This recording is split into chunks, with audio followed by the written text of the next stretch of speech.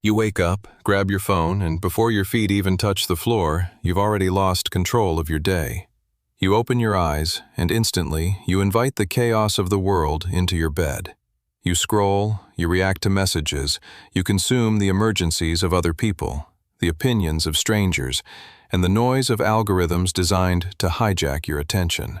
You haven't even taken your first conscious breath, you haven't even formed a single original thought, and your mind is already a crowded, noisy battlefield. Today, I'm going to show you a completely different way to operate. I am going to show you the night protocol and the 8 p.m. rule, a silent, ruthless, and systematic approach to dominate your tomorrow before you even go to sleep tonight. I used to think my problem was a simple lack of morning discipline. Like many of you, I believed the lie that I just needed to push harder when the sun came up. I forced myself awake at 5 a.m. I took freezing showers that shocked my nervous system. I drank black coffee on an empty stomach and stared at my computer screen, only to spend the first 3 to 4 hours of my day fighting a silent, exhausting war against my own fragmented mind. I was awake, physically, but strategically, I was completely lost. I was doing 200 mental crunches a day, so to speak, but getting absolutely zero results because my core system was broken. The secret to unbreakable discipline, the kind of discipline that actually changes your life, doesn't happen in the morning. It does not happen when you open your eyes. It happens exactly at 8 p.m., right when most men are busy destroying their own focus, seeking cheap digital comfort after a long day. If you are tired of waking up already feeling behind in life, if you are exhausted from fighting your own procrastination day after day, and you want to build a mind that thrives in silence and absolute order, subscribe to the channel. Let's build that discipline together. To understand why the night protocol is necessary, we must first look at the invisible weight you are carrying. We need to look at the history of how your daily chaos is constructed. The modern man is overwhelmed by default. We live in an era where human biology is mismatched with technological reality. Your brain, an organ evolved to track weather patterns, secure food, and manage small tribal dynamics, is now being forced to process tens of thousands of data points, advertisements, and artificial stressors every single day. Because of this constant bombardment, we suffer from a psychological condition known as decision fatigue. Every single choice you make, from the moment you wake up to the moment you sleep, burns a specific, measurable amount of cognitive energy. Your willpower is not an endless well, it is a battery. When you wake up in the morning without a precise, predetermined plan, your brain immediately starts spending its limited daily allowance of energy on completely trivial matters. You stand in front of your closet and ask, "What should I wear?" Energy spent. You look in the fridge. "What do I eat?" Energy spent. You open your laptop. "Which email should I reply to first? Should I work on the big project or clear the small tasks?" Energy spent. By the time you actually sit down to do the hard, meaningful work, the work that requires deep focus, the work that will actually move the needle in your life, your mental battery is already depleted to 50%. You are bleeding out before the battle has even truly begun. Society tells you the answer is a more complex morning routine. It tells you to read 10 pages, meditate, journal, run, and drink a green smoothie all before 7 a.m. But adding more complexity to an already exhausted mind is a recipe for catastrophic failure. A warrior does not forge his weapon on the battlefield while the enemy is charging at him. He sharpens his blade the night before, in the quiet of his tent, away from the chaos. You are failing your mornings because you are abandoning your nights. To fix this, we have to establish the fundamental concepts of mental architecture. The core concept behind the 8 p.m. rule is the necessity of the silent vacuum. Your nervous system cannot transition from a state of high dopamine hyperstimulation directly into a state of deep, restorative rest or strategic planning. It is physiologically impossible. Right now, you are likely taking your phone to bed. You are watching videos, checking emails, or scrolling through feeds until your eyes physically cannot stay open. When you do this, you are flooding your brain with cortisol, and artificial blue light. You are signaling to your biology that it is still daytime and that you are under threat. More importantly, you are keeping open loops in your psychology. There is a psychological principle called the Zeigarnik effect. It states that human beings remember uncompleted or interrupted tasks far better than completed ones. When you consume random information right up until the moment you sleep, or when you leave tomorrow's problems entirely unresolved in your head, your brain refuses to shut down. It keeps those loops open. It runs background processes all night long, trying to solve tomorrow's uncertainties while you are supposedly sleeping. This is why you wake up feeling like you ran a marathon. Your brain was working the entire night because you refused to give it closure. The night protocol is the mechanism to close those loops. It is the deliberate, conscious act of creating an artificial boundary between the noise of the world and the sanctuary of your own mind. It requires you to understand that silence is not just the absence of sound, it is a strategic tool. Silence is the only environment where true clarity can be manufactured. If you cannot cultivate silence in your evening, you will never cultivate focus in your morning. You will remain reactive, forever responding to what the world throws at you, instead of dictating the terms of your own existence. Let's talk about the myths that are currently sabotaging your progress. Before we can build the correct architecture for your life, we have to tear down the lies you have been sold by modern productivity culture. The most dangerous myth is what I call the illusion of the dawn. You have been conditioned to believe that all success is born at 5 a.m. You watch videos of men waking up in the dark, doing an hour of intense cardio, reading philosophy, and taking an ice bath before the rest of the world has even opened its eyes. The industry tells you that if you just replicate that exact morning sequence, you will suddenly become a disciplined, unbreakable man. But what they never show you, what they conveniently leave out of the montage, is the night before. They do not tell you that a flawless morning is completely impossible if it follows a chaotic night. Waking up at 5 a.m. when you went to sleep at midnight, after spending 3 hours scrolling through short-form content and flooding your brain with cheap dopamine, does not make you a warrior. It makes you a sleep-deprived victim of your own lack of boundaries. You are not building discipline. You are just accumulating sleep debt and burning out your adrenal glands. The second myth is the lie of morning willpower. You tell yourself, I am too tired tonight. I will just figure it out tomorrow morning. I will have more energy then. This is a biological falsehood. You are negotiating with a future version of yourself, assuming that the man who wakes up to the sound of a blaring alarm will somehow possess the mental clarity to make hard, strategic decisions. He will not. The man who wakes up is groggy, his cortisol is spiking, and his brain is seeking the path of least resistance. If you leave the heavy lifting of planning for the morning, your brain will always choose the easiest, most comfortable distraction available. Because of these myths, men adopt different, deeply flawed approaches to organizing their lives. Let us analyze the two most common methods and why they ultimately break your spirit. The first is the brute force approach. This is the man who relies entirely on motivation and adrenaline. He realizes his life is a mess, so he sets his alarm for 2 hours earlier. He has no plan, no structure, just a vague desire to hustle. When the alarm rings, it is a physical shock. He hits snooze twice. When he finally gets up, he hates himself for hitting snooze. He starts his day with a micro-failure. He stumbles into the kitchen, drinks a massive amount of caffeine to simulate energy, and then sits at his desk, staring at a screen, waiting for inspiration to strike. He reacts to the loudest problem, the most urgent email, the most demanding notification. He is moving fast, but he is running in circles. By 2 p.m., the caffeine wears off, the adrenaline crashes, and he is left feeling anxious, empty, and entirely unproductive. Brute force cannot replace strategy. The second is the digital over-optimization approach. This is the man who believes his lack of discipline is a software issue.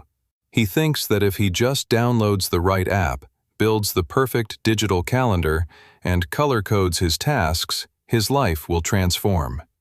So, what does he do? At 10 p.m., while laying in bed, he pulls out his phone or his laptop. He spends an hour organizing his digital to-do list. Do you see the fatal flaw here? He is trying to cure his digital exhaustion by injecting more digital stimulation directly into his retinas right before sleep. The very tool he is using to organize his life is emitting blue light that suppresses his melatonin. The notifications on the device are keeping his nervous system on high alert. He has a beautifully organized digital calendar, but his brain is completely wired. He cannot sleep, and when he finally does, it is a shallow, restless sleep. Both of these approaches fail because they ignore the fundamental biology of the human animal. You cannot fight chaos with more chaos, and you cannot fight screen addiction with more screens. There is a third way, the winning approach. It is an approach that strips away the noise, removes the technology, and forces you to confront the reality of your life in absolute silence. This is the essence of the 8 p.m. rule and the foundation of the night protocol. The superior approach is analog, silent, and ruthless. It demands that you treat the end of your day with the same reverence and strictness that you supposedly want to apply to your morning. At 8 p.m., the digital world ceases to exist for you. You do not negotiate this. You do not check one last thing. You sever the cord. Why 8 p.m.? Because your brain requires a minimum of 2 to 3 hours of decompression to clear the cortisol and dopamine spikes caused by modern life. If you work or consume content until 10 p.m. and try to sleep at 10:30 p.m., your body might be lying in bed, but your mind is still running at 100 miles per hour down a digital highway. The 8 p.m. rule forces a physiological reset. It forces you into a quiet environment where you must use physical tools, pen and paper, to design your tomorrow. A piece of paper does not send you push notifications. A pen does not have a glowing screen. When you write your tasks down physically, you engage different neural pathways. You slow your thinking down to the speed of your hand. You feel the weight of the ink on the page. It becomes real, tangible, and unavoidable. But here is the harsh reality. The first time you do this, the first time you enforce the 8 p.m. rule and sit in an analog room with just a notebook, your mind will scream. It will rebel. It is so addicted to the constant feed of information, the constant distraction from your own problems, that the sudden silence will feel like a threat. Your inner voice will be loud, chaotic, and anxious. You will realize that the noise in your environment was just masking the noise inside your own head. This exact realization, the need to tame the chaotic noise of your own mind, is why I created the K.M.A. method. It is a system designed specifically to give you back mental control and forge profound inner calm. And it only takes 5 minutes a day. If you struggle with that internal screaming when the room gets quiet, if your mind constantly races with anxiety and fragmented thoughts, you need a mechanism to train it. The K.M.A. method is that mechanism. It teaches you how to command your focus so that silence becomes your weapon, not your enemy. There is a link in the description to understand the system and take back control of your headspace. But for now, you must understand that the discomfort of that silence is exactly what you have been avoiding. You have been using your phone, your work, and your busy schedule as an anesthetic to avoid sitting alone with your own thoughts. The 8 p.m. rule rips the anesthetic away. It forces you to look at your life, look at your tomorrow, and make hard, conscious decisions about who you are going to be when the sun comes up. In the next stage of this masterclass, I am going to break down exactly what you do inside that silence. We are going to build the step-by-step execution of the night protocol, from the absolute beginner level to the advanced psychological framework. We will outline the exact steps you take when the clock strikes 8, ensuring that when you wake up tomorrow, you do not have to think, you will only have to conquer. Let us transition from theory to the brutal reality of execution. Knowing the philosophy behind the 8 p.m. rule is entirely useless if you do not have a tactical framework to implement it in your own home. We are going to build this protocol in 3 distinct levels. You do not skip levels. You do not attempt the advanced psychological closure if you cannot even manage to put your phone in another room. Discipline is not a leap. It is built in strict, uncompromising layers. Level 1 is for the absolute beginner. It is the foundation of the night protocol, and it is entirely physical. I call it the hard cut. When the clock strikes 8 p.m. tonight, you do not negotiate. You do not finish the YouTube video you are watching. You do not send one last reply to a message that has been sitting there for 3 hours anyway. The moment the hour changes, the digital world dies for you. Your first physical action is to take your smartphone, your tablet, your laptop, and you remove them from your immediate physical presence. You do not put them face down on your nightstand. That is weakness. That is keeping the temptation within arm's reach, relying on willpower when you are tired. You take the devices, you walk into another room, the kitchen, the living room, a drawer, you plug them into a charger, and you walk away. If your excuse is that your phone is your alarm clock, you are letting a $10 problem destroy your focus and dictate your life. Go to a store tomorrow and buy a cheap analog alarm clock. Your bedroom must immediately transition from a hub of external communication into a fortress of absolute isolation. The second part of Level 1 is environmental manipulation. Your biology is constantly reacting to the signals you give it. At 8:05 p.m., you must alter the physical state of your home to match the psychological state you want to achieve. Turn off the harsh overhead lights. Turn off the television that is playing in the background just to fill the silence. Dim the environment. Use warm lamps. Lower the temperature of the room if you can. You are artificially simulating the end of the day. You are telling your nervous system, which has been in a state of high alert and fight or flight for the past 15 hours, that the hunt is over. The war is paused. It is safe to power down. For the first few days, Level 1 is all you will do. You will simply sit in that dim, quiet room and learn to tolerate the withdrawal. You will feel phantom vibrations.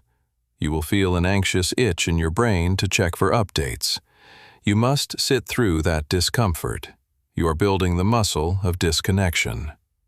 Once you have mastered the physical cut, once you no longer feel the panicked itch to reach for a screen, you graduate to Level 2. This is the intermediate phase, the analog architecture. You have successfully created a vacuum of silence. Now you must fill it with strategic structure. At 8:15 p.m., you sit at a clean, cleared desk or table. You do not do this in bed. Your bed is exclusively for sleep. If you work, plan, or worry in bed, you confuse your brain's spatial associations, and insomnia is the guaranteed result. You sit at the desk with a physical notebook and a pen. No digital apps. The act of writing on paper forces your brain to slow down to the speed of your hand. It forces a level of deliberate, conscious thought that typing quickly on a glass screen simply does not require. At the top of the page, write tomorrow's date. Below it, you are going to write down your targets. But here is the ironclad law you must follow. You are only allowed to write down a maximum of 3 primary tasks. Not a wish list of 20 things you hope to magically accomplish. 3 non-negotiable pillars. You ask yourself, if chaos strikes tomorrow, if everything goes wrong and I only have 2 hours of focus, what are the 3 specific actions that will still make tomorrow a tactical victory? Write them down with absolute clarity. Do not write, work on project. Write, finish the first draft of the executive summary. Precision is the antidote to procrastination. Vague tasks create anxiety. Specific tasks create action. Once the 3 pillars are written, you execute the physical removal of friction. Look at those 3 tasks. What physical objects do you need to accomplish them? If you need to train in the morning, where are your shoes? Where is your shirt? If you have to look for clean socks at 6 a.m., you are burning cognitive energy that should be used for lifting weights or solving problems. Take 5 minutes right now, in the quiet of the evening, to lay out your clothes. Pack the gym bag and put it by the door. Set up your coffee machine. Clear your workspace so that when you sit down tomorrow, there is nothing on the desk except the single tool you need for task number 1. You are systematically removing every single micro-decision from tomorrow's waking moments. You are building a track so perfectly aligned that your future self, no matter how tired or unmotivated he feels, only has to step onto it and let momentum carry him forward. You are doing the heavy lifting now, so tomorrow you only have to execute. Most men who try to be disciplined stop at level 2. They make the list, they lay out the clothes, and they consider the job done. But true mastery, the kind of deep, stoic control that makes a man unshakable in the face of modern chaos, requires level 3. This is the advanced phase, the mental closure. You can have the perfect plan written on paper, but if your mind is still carrying the heavy baggage of today's failures or the arrogant ego of today's victories, you will not sleep well. And if you do not sleep well, your plan is worthless. You must officially, psychologically, terminate the current day. At 8:30 p.m., after the notebook is filled and the clothes are laid out, you sit completely still in your chair. You do not meditate in the mystical sense. You conduct a ruthless, objective military review of the past 16 hours. Look at what you did today. Where did you show discipline? Acknowledge it briefly. Where did you show weakness? Where did you compromise your own standards and give in to distraction? Acknowledge it, but do so entirely without emotion. Do not invite guilt into this room. Guilt is a useless, parasitic emotion. It makes you feel bad as a convenient substitute for actually changing your behavior. Instead of guilt, you use cold, calculated correction. You tell yourself, I wasted an hour arguing on the internet today. That was a failure of focus. Tomorrow, that app is blocked. It is an observation, a correction, and nothing more. Then, you perform the physical act of closure. You close the notebook. You feel the cover shut.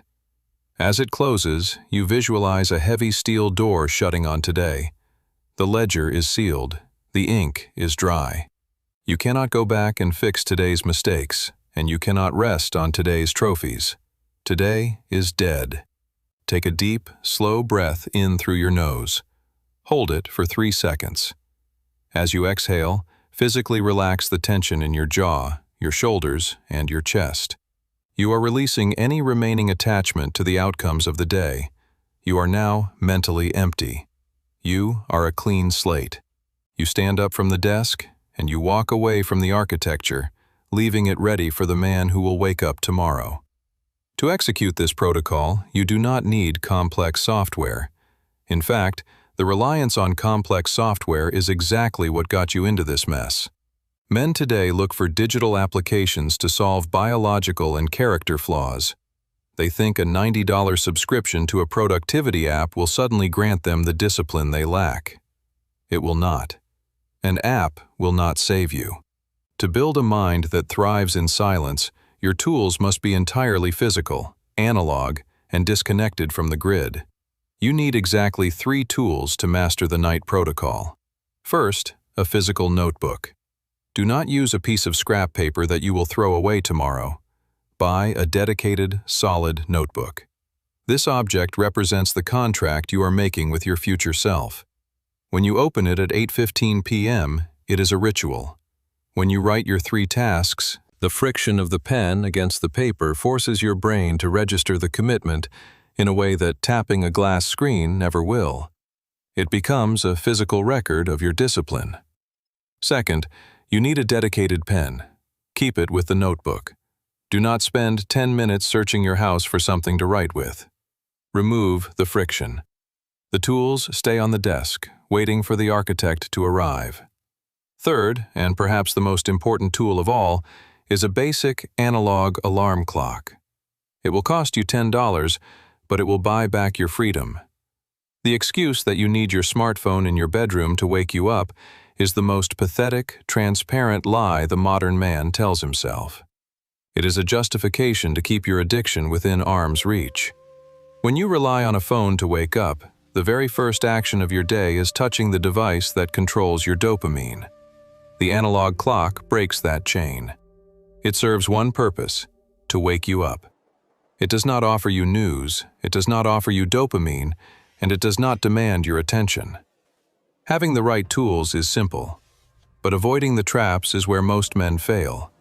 Let us examine the fatal errors that will sabotage you at every level of this protocol.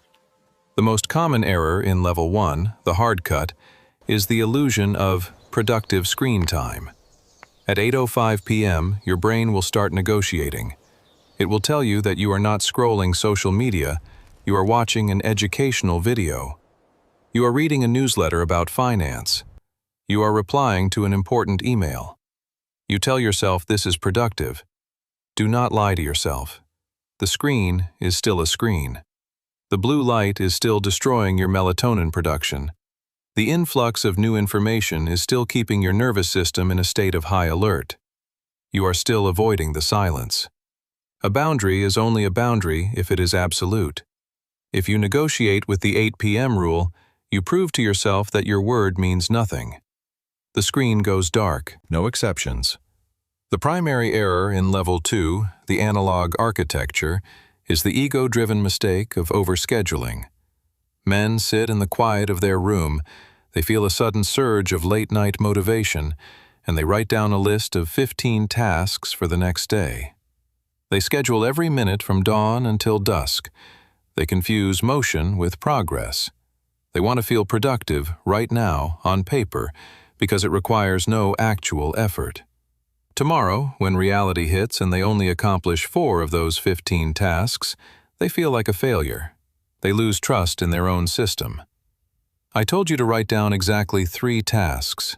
If you write down 3 non-negotiable pillars and you execute them, you have won the day. Discipline is not about doing everything. It is about doing the exact right things with ruthless consistency. The fatal error in level 3, the mental closure, is emotional attachment. When you sit in silence to review your day, your ego will try to turn the review into a session of self-flagellation or vanity. If you procrastinated, you will sit there and feel guilty. You will beat yourself up. But guilt is a useless emotion. It is a mechanism your ego uses to feel bad, so it doesn't have to put in the hard work of actually changing the behavior. Conversely, if you had a great day, your ego will inflate. You will feel superior, which leads to complacency tomorrow. You must approach the mental closure with the cold, detached logic of a military strategist analyzing a map. I failed here. The adjustment is this. I succeeded here. The baseline is raised. No emotion, just data. Now let me manage your expectations. I will tell you exactly what is going to happen when you implement this protocol tonight. I will not sell you a fantasy. Days 1 through 3 will be miserable. When you shut off the screens at 8 p.m., the silence in your house will feel deafening. Your brain, which has been constantly fed a diet of cheap dopamine and constant distraction for years, will panic. He will feel a physical itch in your hands. He will pace around your living room. You will feel anxious, bored, and restless. Your mind will scream at you to just check your phone one last time. You might even find it harder to fall asleep initially because, for the first time in a decade, you are forced to be entirely alone with your own thoughts, without a digital pacifier to soothe you. Expect this pain. Welcome it. It is the feeling of weakness leaving your nervous system. It is the withdrawal from an addicted lifestyle. You must sit in the chair, endure the silence, and hold the line. Around day 4 or 5, a shift will occur. The anxiety will begin to fade. You will sit at your desk at 8:15 p.m., and the act of writing your 3 tasks will start to feel grounding. You will begin to notice that you are sleeping deeper. You are not tossing and turning, having vivid dreams about work or the endless feed of information. You are actually resting. By day 14, you will experience the true power of the architecture. You will wake up, and the usual morning dread will be gone. You will not have to negotiate with yourself. You will not have to search for motivation. You will simply open your eyes, see the analog clock, look at the clothes you laid out the night before, and walk over to the notebook. You will realize that the dawn is no longer a battlefield where you have to fight your own mind. The battle was already fought and won the night before, in the silence of your room. Your mornings will become violently, beautifully efficient. You will no longer be a man who reacts to the day. You will be a man who dictates it. To fully grasp the magnitude of what we are building, you need to step outside of the theory. You need to look at the concrete reality of application. Let us examine two distinct lives. Let us look at two men, both 35 years old, both facing the exact same societal pressures, the exact same demanding careers, and the exact same 24 hours in a day. Look closely at man A. He represents the default setting of the modern world. He finishes his day at 7 p.m., exhausted. He eats dinner with his phone resting face up on the table next to his plate, its screen constantly lighting up with notifications. At 8 p.m., he moves to the couch. He turns on the television to watch a show he doesn't even care about, while simultaneously scrolling through short-form videos on his phone. He is dual-screening his dopamine. At 9:30 p.m., an email from his boss arrives. He opens it. It is not an emergency, but his cortisol instantly spikes. His brain enters fight or flight mode. He spends the next hour mentally arguing with his boss in his head, drafting responses he will never send. At 11 p.m., he finally goes to bed, bringing the phone with him. He scrolls in the dark until midnight, his retinas burning with blue light. When he finally sleeps, it is a shallow, anxious sleep. The next morning, his alarm goes off at 6:30 a.m. He hits snooze twice because he is physically depleted. When he finally stands up, he is already late. He cannot find his gym shirt, so he skips the workout. He opens his laptop, sees the email from last night, and immediately starts reacting. Man A is not a creator of his reality. He is a victim of his environment. He is constantly defending himself against a chaotic world because he refused to build a wall the night before. Now look at man B, the architect. He faces the exact same job and the exact same stress. But at 8 p.m., a hard boundary is drawn. He takes his phone, walks into the kitchen, plugs it into the wall, and leaves the room. At 8:05 p.m., he dims the lights in his living space. The silence settles in. At 8:15 p.m., he sits at a clean wooden desk. He opens a physical notebook. He writes down the date. He looks at the chaos of his upcoming week and distills it into 3 non-negotiable targets for tomorrow. He writes them down with a pen. At 8:20 p.m., he packs his gym bag and places his running shoes by the front door. He sets his coffee mug next to the machine. At 8:30 p.m., he sits still.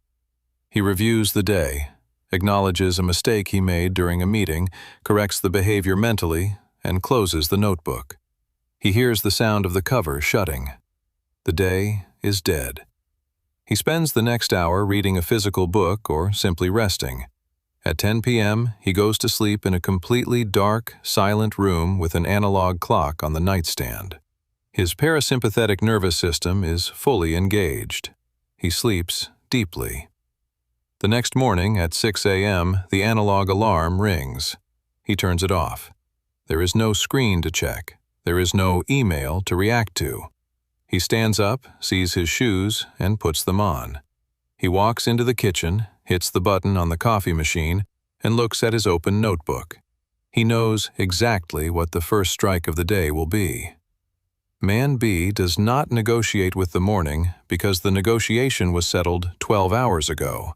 He dictates the terms of his existence. This is not a fantasy. This is a choice.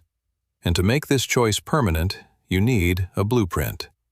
Here is your complete 30-day action plan to move from the chaos of Man A to the silent control of Man B. Week 1 is the detox. Do not worry about writing tasks or setting out clothes yet. Your only objective for the first 7 days is to survive the 8 p.m. hard cut. Put the phone in another room at 8 o'clock and sit in the discomfort. Learn to tolerate your own silence. You will fail if you try to build the architecture before you have cleared the land. Just focus on the digital amputation. Week 2 is the foundation. Now that the anxiety of disconnection has faded, you introduce the notebook. At 8:15 p.m., you sit down and you write the 3 pillars for tomorrow. You begin the physical removal of friction. You lay out the clothes. You prepare the workspace. You start building the track. Week 3 is the fortification. You're executing the cut and the planning. Now, you add the mental closure. At 8:30 p.m., you perform the silent review. You practice the cold, emotional detachment from the day's events. You learn to close the ledger and walk away without guilt and without ego. Week 4 is the automation. By day 22, this is no longer a routine you have to force. It becomes a standard operating procedure. It becomes your identity.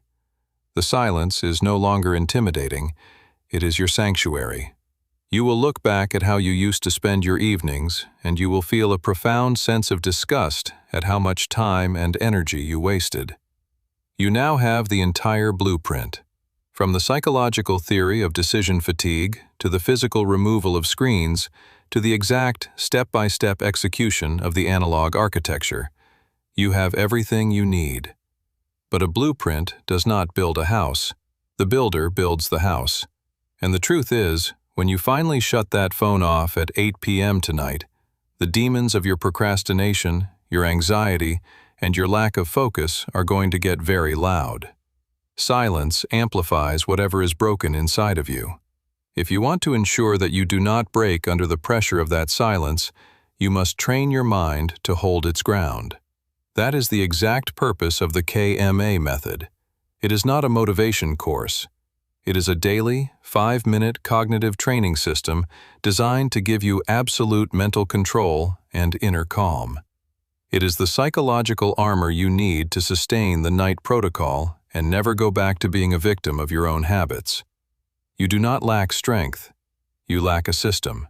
The K.M.A. method is that system, and the link to access it is in the description right now. Stop relying on cheap motivation and start relying on structure. Before you leave, I have one final requirement. I do not want you to write a long paragraph in the comments about how much this video inspired you. Inspiration is useless without execution. I want a digital signature of your commitment. Go to the comments right now and type exactly this: 8 p.m. When you type that, you are making a public contract that tonight, the noise stops. Tonight, the screens go dark. If you know one other man who is drowning in his own chaos, who is exhausted from fighting his mornings, share this protocol with him. Send him this video. Subscribe to this channel to continue building a mind that thrives in absolute order. Implement the protocol tonight. I will see you in the silence.